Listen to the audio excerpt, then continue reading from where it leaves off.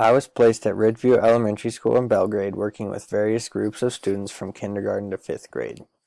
We engaged in numerous activities during our time there.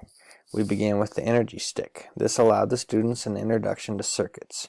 Then, with the Little Bits kits, we continued with electricity and circuits. By building marshmallow towers, we learned about architecture and angles. With the pinball machines, we had a very brief introduction to physics and gravity.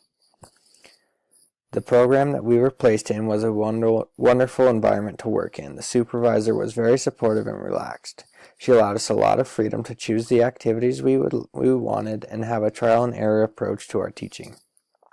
We were fortunate in that she provided us with a fresh batch of students every week. While there were a few regulars, most of the students were new, so each week presented a brand new challenge. Some of the struggles that I experienced included bullying, students unable to follow directions, and some typical misbehavior. In a couple situations, we had some bullying occur, and at the time, I was unaware of how to handle the situation and still am. In my future classroom, I hope to recognize a problem is occurring and manipulate the groups to diffuse and prevent the problem. We also had an instance where the room that we were utilizing had electrical problems, so at the last minute we had to move our class to the gym. This was an instance where I experienced firsthand that teachers have to be incredibly flexible and be able to adapt to any and all challenges. The biggest success story from my time teaching was working with the marshmallow towers. All of the students remained engaged the entire time and with some encouragement from their teacher actually collaborated with each other. We had good conversations about what made towers the strongest and also talked about why houses are built the way that they are.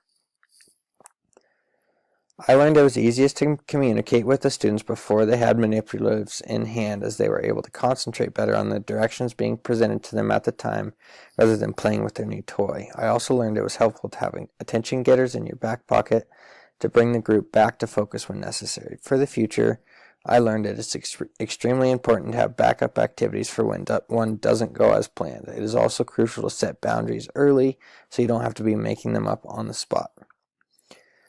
My experience teaching was confirmed that students are energetic and eager to learn in the right scenario. This enthusiasm was what originally brought me to the major in the first place, so I was relieved to find it is actually true. My teaching beliefs changed in that my fantasy world I believed that each class would be harmonious in nature and everyone would get along and activities would go smoothly.